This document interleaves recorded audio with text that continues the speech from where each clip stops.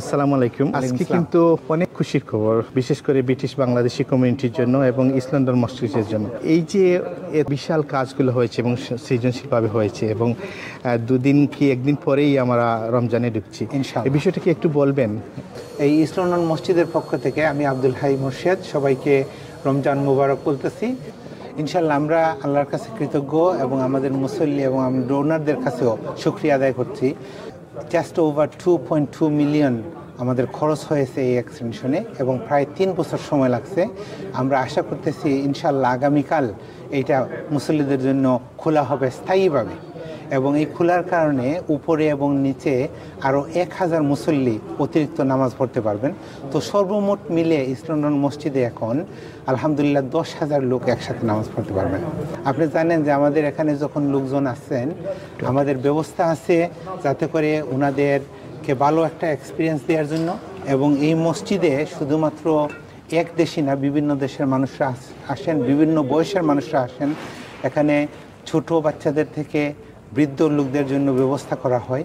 যখন মসজিদে আসেন জুতা রাখার জন্য আমাদের সুযোগ সুবিধা আছে, ব্যাগ দেওয়া হয়, ইফতারি দেওয়া হয়, ওজুর জন্য জায়গা আছে এবং টয়লেট ফেসিলিটি যেগুলা আমরা চেষ্টা করতেছি আমাদের সাধ্যমতো যাতে করে ওইগুলো একটা উন্নত মানের হাইজিনের ব্যবস্থা থাকে। এবং আমরা আশা করি প্রত্যেকটা মসজিদই এইরকমভাবে একটা এক্সপিরিয়েন্স দেবে যাতে করে মুসল্লিরা মসজিদের দিকে আরও ধাবিত হন ইনশাল্লাহ। আরেকটি খুব ভালো জিনিস আপনাদের যে ভলান্টিয়ার যারা আছেন, এটা বিশাল মসজিদ এবং অনেকগুলো ফ্লোর আছে এবং পুরুষ মহিলা নামাজিরা এখানে এসে থাকেন। এই বিষয়টা কি একটু বলবেন, কীভাবে মেনটেন করেন এত সুন্দরভাবে?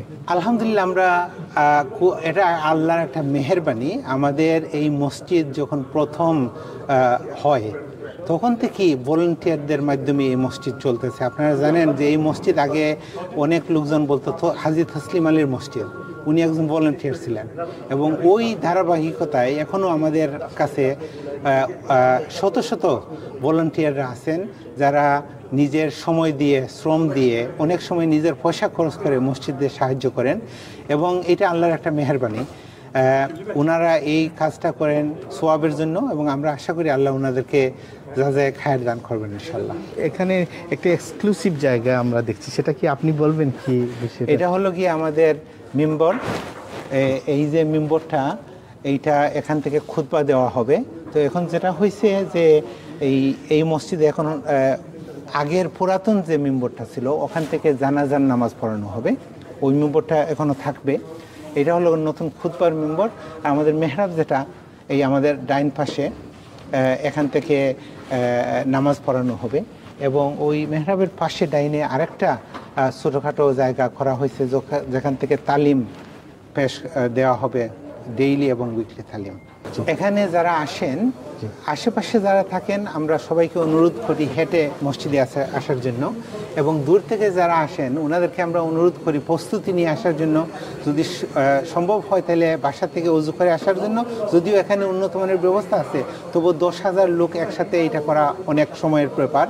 আর যারা গাড়ি দিয়ে আসেন ওনাদেরকে আমরা অনুরোধ করি যে একটু সময় নিয়ে ভালো জায়গায় পার্ক করে আসার জন্য, যাতে করে অন্যদের কোনো অসুবিধা না হয়।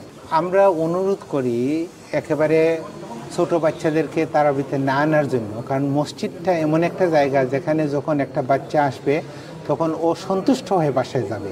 অনেক সময় ছোট ছোট বাচ্চারা বিরক্ত হয়ে বাসায় যায়, এটা কিন্তু ভালো জিনিস না।